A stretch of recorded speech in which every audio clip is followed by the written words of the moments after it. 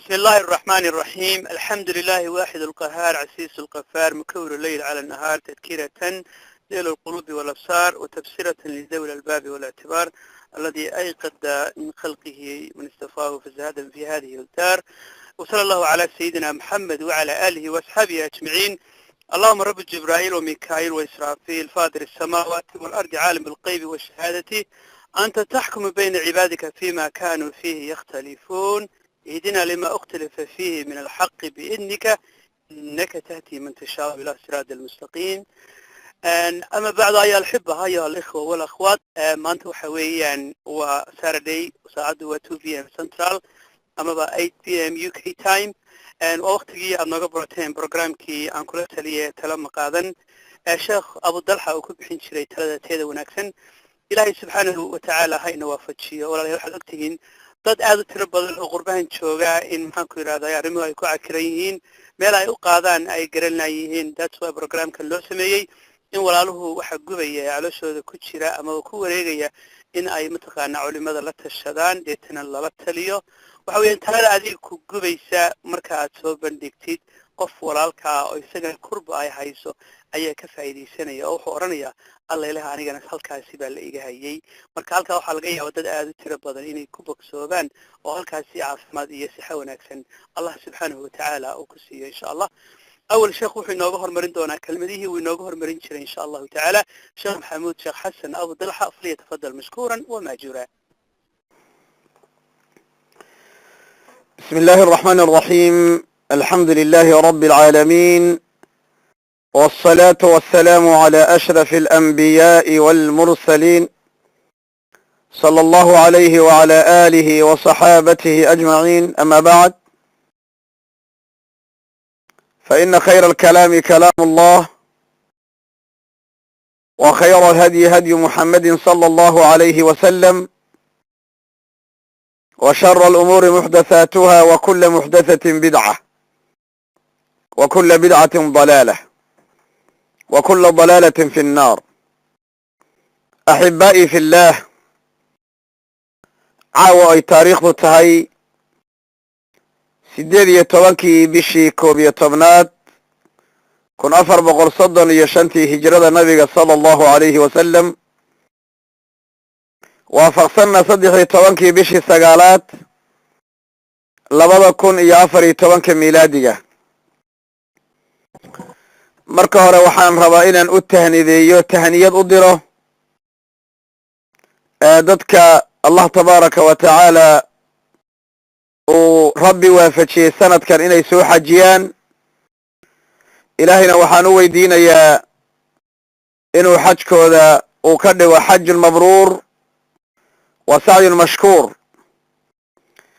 in alla inta aan horay u xajin ilaahay tabaaraka wa ta'ala inuu u qoro wadadeedina ama wadaday u mari lahaayeenna u sahlo inta soo xajiday horay u soo xajidayna ilaahay inuu ka aqbalo tabaaraka wa ta'ala. 18 bishii Dhulqa'da waxa ka haray xajka waa wax aad u yar weeye. intaa kadib kelimada aan jeclahay caawa inaan ka hormariyo barnaamijkeena ila tali waan kula talina talada maqaadani aw talada maqaadan waxaan caawa ku soo aruurin doonaa qiso kooban laakiin magaceedu uu yahay isku dirka labada isqaba iyo raadka ka dhasha. isku diridda labada isqabee lamaanaha iyo raadka ka dhasha. hal ku dhega kelimadu waa mida ujeedaduna waxay tahay waxyaabaha reeraha burburiya oo qayb weyn ka qaata waxaa kamida isku dirka ha noqdo mid toos ah mubaashir ah ha noqdo mid sarbeeb ah oo feeraha iga gara ah mid kastaba wuxuu leeyahay raadkiisa iyo aasaartiisa ayuu leeyahay. isku dirka ha ka yimaado ninka ehelkiisa ama gabadha ehelkeeda walaalo xaggooda ha ka yimaado, sodog iyo sodoh iyo seedi dhinacuu doona ha ka yimaado, deris iyo asxaab iyo asdiqaa iyo saaxiibo meeshuu doona ha ka yimaado, raad xun ayuu reebaa. maantana qoysaskeenna waxyaabaha burburiyaa, weliba haddayna gabadhu isku fillayn oo gabadh caqli badan, gabadh xigmad badan, gabadh garasho dheer, gabadh garanaysa gurigeeda xuduudda uu leeyahay inaan loo soo dhaafi karin, gabadh garanaysa reerkeedu wuxuu ku dumayo gar iyo gardarro si fiican u kala saaraysa, xaq iyo baatil si wanaagsan u kala sooci karta. haddayna gabadhu aynan ahayn gabadh alla tabaaraka wa tacaala qalbigeedu ku camiray cibaado iyo taaco iyo alla kacabsi iyo rajo ay aad u rajaynayso jannaadka ilaahay oo mu'miniinta mutaqiinta u diyaariyey, haddayna ahayn gabadh adduunyada agteeda aan wax qiimo badan kale haddaynan ahayn oo adduunyadu ayna waxbaba la ahayn, ay gabadhu tahay gabadh adduunyada qiimaynaysa intaasoo hadal ahoon soo koobnay oo aanu soo sheegnay, haddayna gabadhu aynan ahayna dhinaceeda kale ay tahay, waxaa aad iyo aad u fudud gabadh deriska oo u soo wareegtay inay ku aragto daah u xidhan ayadoo u soo wareegtay sanadkii hore, kadibna ay ku dhahdo neheblayo daahan soo ma aha daahii sanadkii horena kuu xidhnaa, oo sanad soo ma ogid sanad walba daahyada waa la bedelaa, dubay baa laga keenaa, haween bic mushtarak yaa keena, dukaan hebel bay ka buuxaan, waa raqiis, xataa dayn baa lagugu siinayaa, waxaa lagugu siinayaa dayn, wax lacaga kaash waktigaa rabta bixa adugu.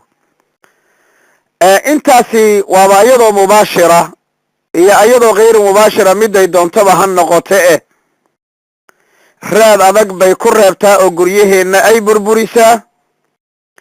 kadibna gabadhi oo xaraaqsan ayaa laga yaabaa inuu ninkii oo miskiin oo wax badan haysanin uu yimaado. halkaasi muqadimada kooban oo haddaan la soo koobi karin amhilada iyo tusaalooyinka iyo dhacdooyinka ka dhashay, bal qisadan aan isdul taagno wax yar, ayadana aan kaga baxno biidni illaahi tabaaraka jalla wacalaa. wuxuu leeyahay, wuxuu soo guurinayaa kitaabka taariikhu madiinati dimishq, sidoo kale kitaabka loo yaqaano albidaaya waannihaaya, sidoo kale kitaabka loo yaqaano karaamaat alawliyaa. kutubtaa saddexda aheen sheegayba taariikhda ayay ka warramaane qiso dhacday oo cajaa'ib badan bay soo guurinayaan. bal qisada aan yar dul istaagno annagoon ku dheeraanayna haddii alla yidhaahdo, qisadaasoo munaasib iyo xidhiidh la leh ee qodobka aan dooranay oo ah isku dirka lamaanaha iyo raadka ka dhasha. nin la yidhaahdo cuthmaan ibni cataa ayaa qisada noo soo naqlinaya oo noo soo guurinaya. wuxuuna leeyahay ninka la yidhaahdo abu muslim alkhawlaani caabid ayuu ahaa, taqi ah. ilaahay baan taqinimada weydiisanaynaa tabaaraka wa tacaala. abu muslim alkhawlaani dadka awliyada ilaahay ah ee ducadooda la aqbalo ayaa lagu tirin jiray, waana midda aan doonayno inaanu ku tilmaanaano. qisadu yaab bay leedahay, way gaaban tahay laakiin macaani badan bay leedahay, marka balan aad u dhuuxuna biidni illaahi tabaaraka wa tacaala. ninka la yidhahdo abu muslim alkhawlaani ayaa gurigiisa, haddii uu caado iyo dhaqan wuxuu u lahaa, marka uu maqan yahay oo dibadda ka yimaado, gurigiisa marka uu soo galo wuu salaami jiray, assalaamu calaykum.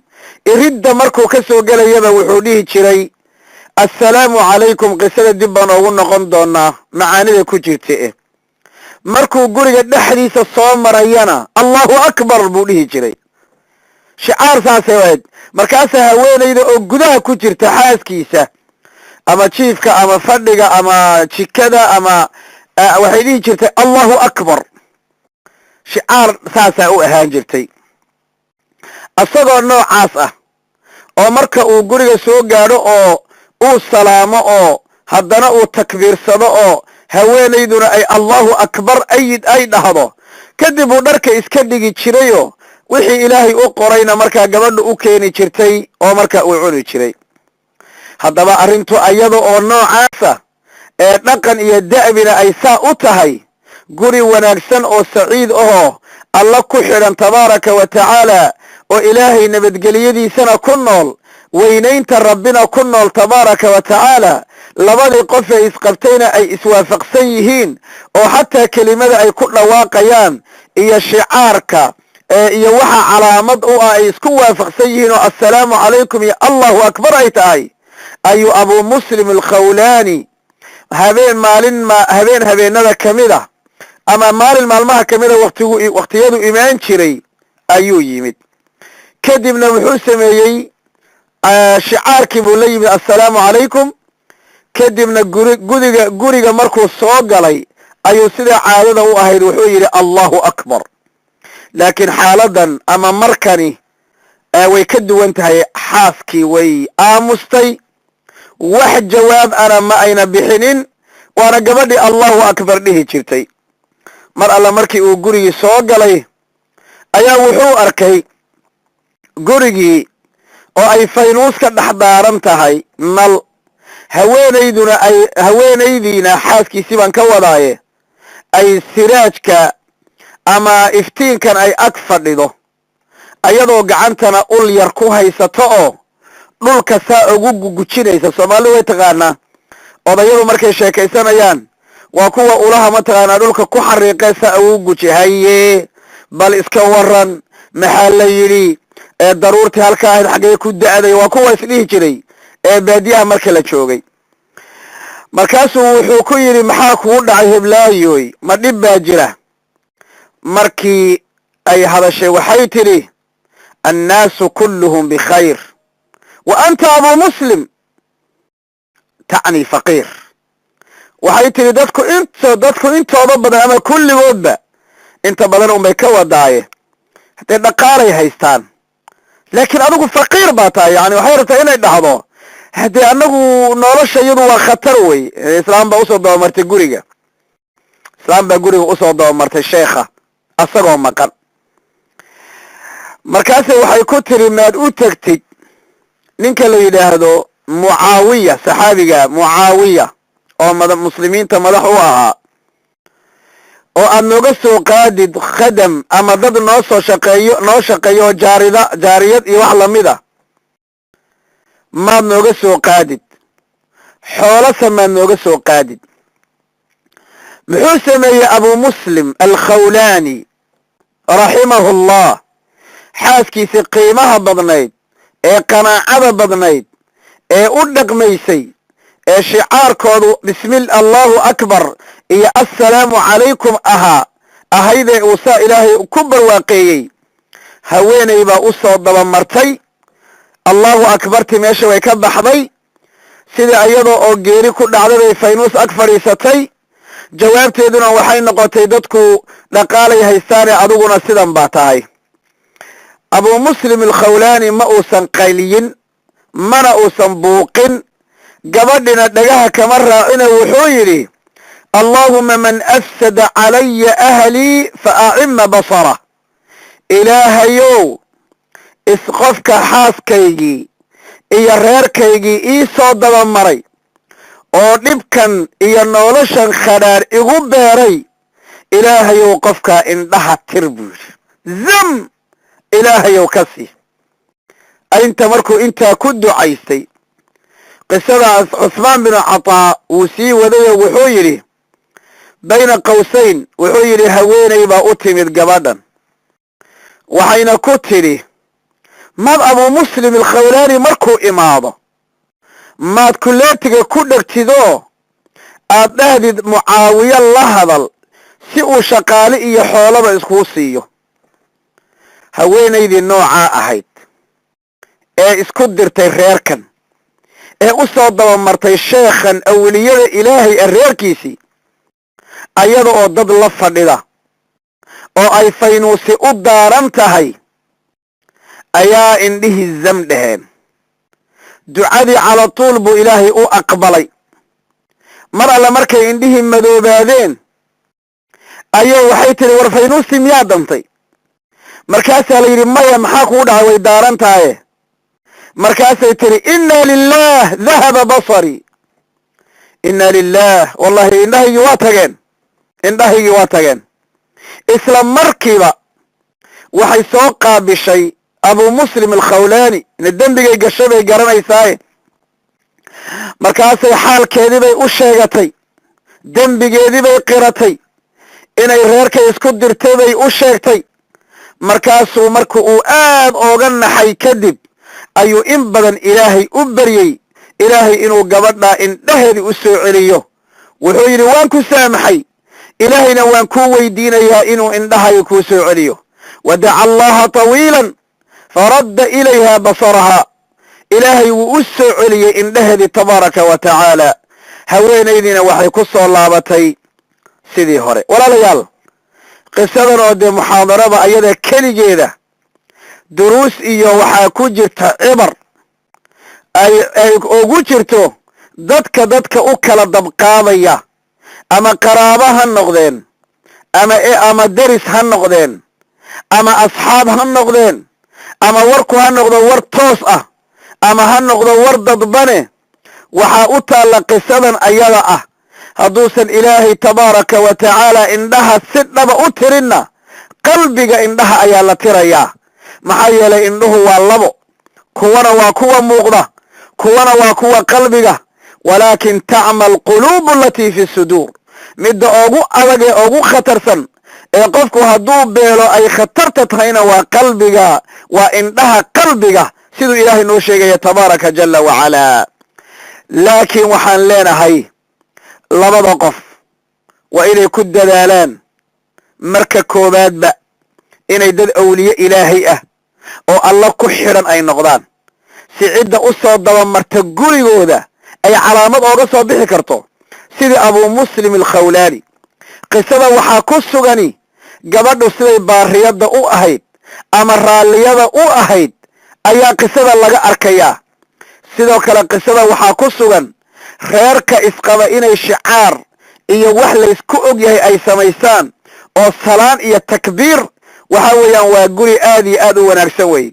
qisada waxaa ku sugani in reeraha laysku diri karo oo qof wanaagsanaa la qalloocin karo. qisada waxaa ku sugan qof haddii uu ku dulmiyo in la habaari karo. qisada waxaa ku sugan in dadka ay isku dhex jiraanoo awliyadu ay ka buuxdo, oo haddaad adigu awliyada ilaahay aad ka leexan weydo inkaartoodu ay kugu dhici. inkaartuna ama way kaa muuqan oo bannaankay u soo bixi, ama gudaha ayay ku jiraysaa. lowlaa aanan ka baqaynin wakhtigu inuu dheeraado, qisadu macaani badan bay leedahaye reeraha ha loo badbaadiyo dadka muslimiinta ah oo yaan la isku dirin, oo ilaahay ha looga baqo tabaaraka wa tacaala. wa ilaa ilaahay baan u baryaynaa, oo inta muslimiinta abaan leenahay ilaahay u barya. cid kasta oo qoys dhisan isku dira, ilaahay inuu calaamad ka soo saaro, ilaahay inuu indhaha tiro tabaaraka wa tacaala. inta ayaan oga baxayaa caawa kelimadayda. waxaan ku wareejinayaa insha allah daadihiyaasha mawduuceenna si ay noogu daadihiyaan ila tali. waan kula talina talada ma qaadan, falyatafadaluu mashkuuriina maajuuriin biidni illaahi tabaaraka wa tacaala. ninka la yidhahdo abu muslim alkhawlaani ayaa gurigiisa haddii uu caado iyo dhaqan wuxuu u lahaa marka uu maqan yahay oo dibadda ka yimaado, gurigiisa marka uu soo galo wuu salaami jiray, assalaamu calaykum. iridda markuu ka soo gelayaba wuxuu dhihi jiray assalaamu calaykum. qisada dib baan oogu noqon doonaa macaanida ku jirta. markuu guriga dhexdiisa soo marayana allahu akbar buu dhihi jiray. shicaar saasay ahayd. markaasaa haweenayda oo gudaha ku jirta xaaskiisa ama jiifka ama fadhiga ama jikada ama waxay dhihi jirtay allahu akbar. shicaar saasaa u ahaan jirtay. asagoo noocaas ah oo marka uu guriga soo gaadho oo uu salaamo oo haddana uu takbiirsado oo haweenayduna ay allahu akbar ay dhahdo, kadib uu dharka iska dhigi jirayoo wixii ilaahay u qorayna markaa gabadha u keeni jirtay oo markaa uu cuni jiray. haddaba arrintu ayada oo noocaasa ee dhaqan iyo da'bina ay saa u tahay, guri wanaagsan oo saciid ahoo alla ku xidhan tabaaraka wa tacaala oo ilaahay nabadgeliyadiisana ku nool, weynaynta rabbina ku nool tabaaraka wa tacaala, labadii qof ee isqabtayna ay iswaafaqsan yihiin oo xataa kelimada ay ku dhawaaqayaan iyo shicaarka iyo waxa calaamad u ah ay isku waafaqsan yihiin oo assalaamu calaykum iyo allahu akbar ay tahay, ayuu abu muslim alkhawlaani habeenada ka mid ah ama maalin maalmaha ka mida waqtiyadu imaan jiray ayuu yimid. kadibna wuxuu sameeyey shicaarkii buu la yimid assalaamu calaykum. kadibna guriga markuu soo galay ayuu sidaa caadada u ahayd wuxuu yidhi allahu akbar. laakiin xaaladan ama markani way ka duwan tahay. xaaskii way aamustay, wax jawaab ana ma ayna bixinin, waana gabadhii allahu akbar dhihi jirtay. mar alla markii uu gurigii soo galay ayaa wuxuu arkay gurigii oo ay faynuuska dhex daaran tahay nal, haweenaydiina xaaskiisii baan ka wadaaye ay siraajka ama iftiinkan ay ag fadhido, ayadoo gacantana ul yar ku haysato oo dhulka saa ugu gugujinaysa. soomaalidu way taqaanaa, odayadu markay sheekaysanayaan waa kuwa ulaha mataqaanaa dhulka ku xariiqee saa ugu guji, haye bal iska waran maxaa la yidhi, daruurtii halka ahayd xaggee ku da'day, waa kuwa isdhihi jiray ee baadiyaha marka la joogay. markaasuu wuxuu ku yidhi maxaa kugu dhacay heblaayoy, ma dhib baa jira? markii ay hadashay waxay tidhi annaasu kulluhum bikhayr wa anta abu muslim tacni faqiir. waxay tidhi dadku wasaayun mashkuur. in alla inta aan horay u xajin ilaahay tabaaraka wa tacaala inuu u qoro wadadeedina ama wadaday u mari lahaayeenna u sahlo. inta soo xajiday ee horay u soo xajidayna ilaahay inuu ka aqbalo tabaaraka wa tacaala. 18 bishii dilqicda waxa ka haray xajka waa wax aad iyo aad u yar weeye. intaa kadib kelimada aan jeclahay caawa inaan ka hormariyo barnaamijkeenna ila tali, waan kula talina talada ma qaadan. waxaan caawa ku soo aruurin doonaa qiso kooban, laakiin magaceedu uu yahay isku dirka labada isqaba iyo raadka ka dhasha. isku diridda labada isqabee lamaanaha iyo raadka ka dhasha. halku dhega kelimadu waa midda, ujeeddaduna waxay tahay waxyaabaha reeraha burburiya oo qayb weyn ka qaata waxaa ka mid a isku dirka. isku dirka ha noqdo mid toos ah mubaashir ah, ha noqdo mid sarbeeb ah oo feeraha iga gara ah. mid kastaba wuxuu leeyahay raadkiisa iyo aahaartiisa ayuu leeyahay. isku dirka ha ka yimaado ninka ehelkiisa ama gabadha ehelkeeda, walaalo xaggooda ha ka yimaado, sodog iyo sodoh iyo seedi dhinacoo doona ha ka yimaado, deris iyo asxaab iyo asdiqaa iyo saaxiibo meeshuu doona ha ka yimaado, raad xun ayuu reebaa.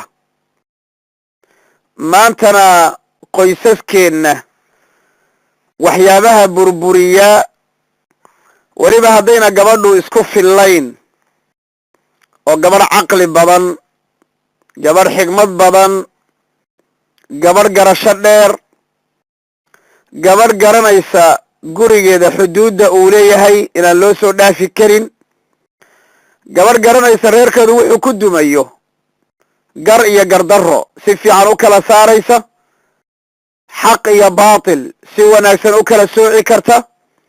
haddayna gabadhu aynan ahayn gabadh alla tabaaraka wa tacaala qalbigeedu ku camiray cibaado iyo taaco iyo alla kacabsi iyo rajo ay aada u rajaynayso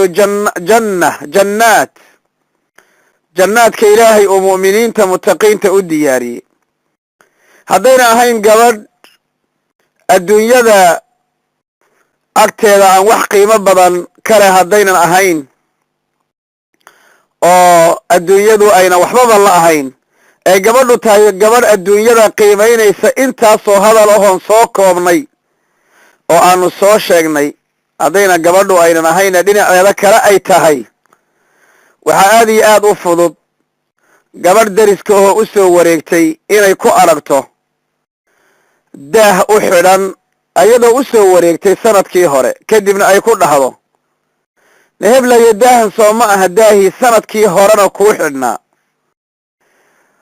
oo sanad soo ma ogid sanad walba daahyada waa la bedelaa, dubay baa laga keenaa, haween bic mushtarak yaa keena, dukaan hebel bay ka buuxaan, waa raqiis, xataa dayn baa lagugu siinayaa, waxaa lagugu siinayaa dayn, wax lacaga kaash baktiga aragta bixa adugu. intaasi waaba iyadoo mubaashira iyo iyadoo kayru mubaashira miday doontaba ha noqote raad adag bay ku reebtaa oo guryaheenna ay burburisaa. kadibna gabadhi oo xanaaqsan ayaa laga yaabaa inuu ninkii oo miskiin oo wax badan haysanin uu yimaado. halkaasi muqadimada kooban oo haddaan la soo koobi karin amhilada iyo tusaalooyinka iyo dhacdooyinka ka dhashay, bal qisadan aan isdul taagno wax yar, ayadana aan kaga baxno biidni illaahi tabaaraka jalla wacalaa. wuxuu leeyahay, wuxuu soo guurinayaa kitaabka taariikhu madiinati dimishq, sidoo kale kitaabka loo yaqaano albidaaya waannihaaya, sidoo kale kitaabka loo yaqaano karaamaat alawliyaa. kutubtaa saddexda aheen sheegayba taariikhda ayay ka warramaane qiso dhacday oo cajaa'ib badan bay soo guurinayaan. bal qisada aan yar dul istaagno annagoon ku dheeraanayna haddii alla yidhaahdo, qisadaasoo munaasib iyo xidhiidh la leh ee qodobka aan dooranay oo ah isku dirka lamaanaha iyo raadka ka dhasha. nin la yidhaahdo cuthmaan ibni cataa ayaa qisada noo soo naqlinaya oo noo soo guurinaya. wuxuuna leeyahay ninka la yidhaahdo abu muslim alkhawlaani caabid ayuu ahaa, taqi ah. ilaahay baan taqinimada weydiisanaynaa tabaaraka wa tacaala. abu muslim alkhawlaani dadka awliyada ilaahay ah ee ducadooda la aqbalo ayaa lagu tirin jiray, waana midda aan doonayno inaanu ku tilmaanaano. qisadu yaab bay leedahay, way gaaban tahay laakiin macaani badan bay leedahay, marka balan aad u dhuuxna. بسم الله الرحمن الرحيم. الحمد لله واحد القهار عسيس القفار مكور الليل على النهار تذكرة ذيل القلوب والأبصار وتبصرة لذوي الباب والاعتبار الذي أيقظ من خلقه من استفاه فزادا في هذه الدار. وصلى الله على سيدنا محمد وعلى آله وأصحابه أجمعين. اللهم رب جبرائيل وميكائيل وإسرافيل فاطر السماوات والأرض عالم الغيب والشهادة أنت تحكم بين عبادك فيما كانوا فيه يختلفون اهدنا لما اختلف فيه من الحق بإذنك إنك تهدي من تشاء إلى صراط المستقيم. أما بعد أيها الأحبة أيها الإخوة والأخوات، ما أنتم حويا وساردي وساعدوا 2 PM Central أما 8 PM UK time. ووقتي أنا قبرتين برنامجي عن كل تلية تلام قادن الشيخ أبو الضلحة وكبحين شري ثلاثة هذا ونكسن إلهي سبحانه وتعالى هاي نوافج شيء ولا يحد وقتهن dad aad u tiro badan oo qurbahan jooga in maxaan ku yidhahdaa arrimuhu ay ku cakiran yihiin meel ay u qaadaan ay garanay yihiin that's why programkan loo sameeyey in walaaluhu waxa gubaya calooshooda ku jira ama ku wareegaya in ay mataqaanaa culimada la tashadaan deetana lala taliyo waxa weeyaan talada adiga ku gubaysa marka aad soo bandhigtid qof walaalkaa oo isaga kurba ay hayso ayaa ka faa'iidaysanaya oo wuxuu odhanayaa alla ilaha anigana halkaasi baa la iga hayay marka halkaa waxaa laga yaaba dad aad u tiro badan inay ku bogsoobaan oo halkaasi caafimaad iyo sixa wanaagsan allah subxaanahu watacaala uu ku siiyo insha allah أول شيخ وحي نوغه هرمرين دونا كلمته ونوغه هرمرين شرين إن شاء الله تعالى شيخ محمود شيخ حسن أبو ضلحة فليتفضل مشكورا وماجورا بسم الله الرحمن الرحيم الحمد لله رب العالمين والصلاة والسلام على أشرف الأنبياء والمرسلين صلى الله عليه وعلى آله وصحابته أجمعين أما بعد فإن خير الكلام كلام الله وخير الهدي هدي محمد صلى الله عليه وسلم وشر الأمور محدثاتها وكل محدثة بدعة وكل بدعة ضلالة وكل ضلالة في النار أحبائي في الله عاوة أي تاريخ تهي sideed iyo tobankii bishii koob iyo tobnaad 1435 hijrada nabiga sala allahu alayhi wasalam waafaqsanna 13 bishii sagaalaad 2014 miilaadiga marka hore waxaan rabaa inaan u tahnideeyo tahniyad u diro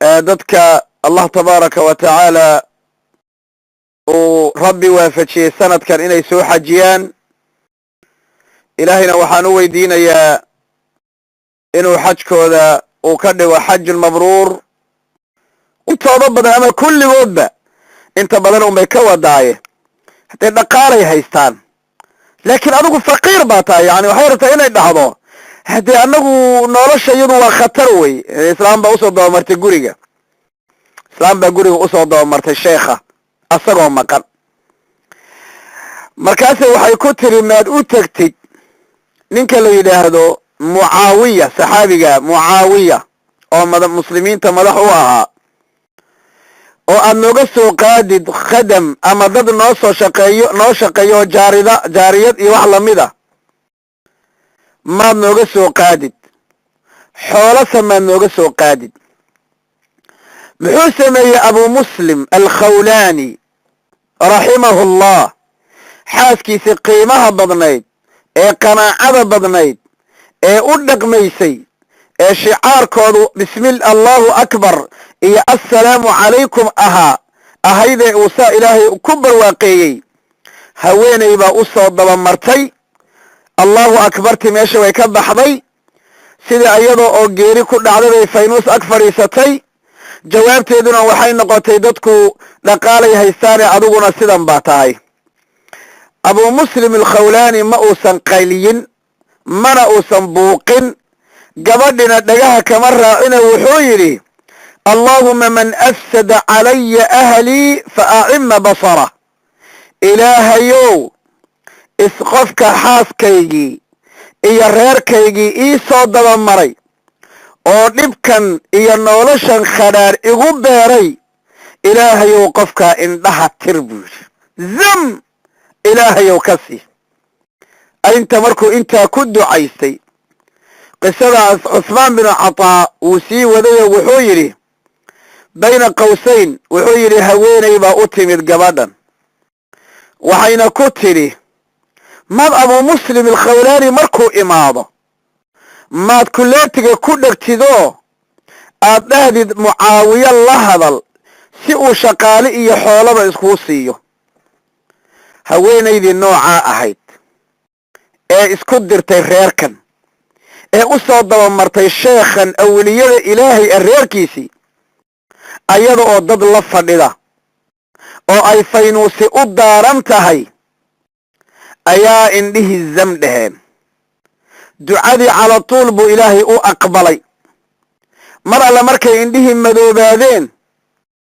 ayay waxay tiri war faynuusti miyaa dantay markaasaa la yidhi maya maxaa kuu dhahay way daaran tahaye markaasay tiri inna lilah dahaba basarii inna lilah wallahi indhahaygii waa tageen isla markiiba waxay soo qaabishay abu muslim alkhawlaani ina dembigay gashay bay garanaysaaye markaasay xaalkeedii bay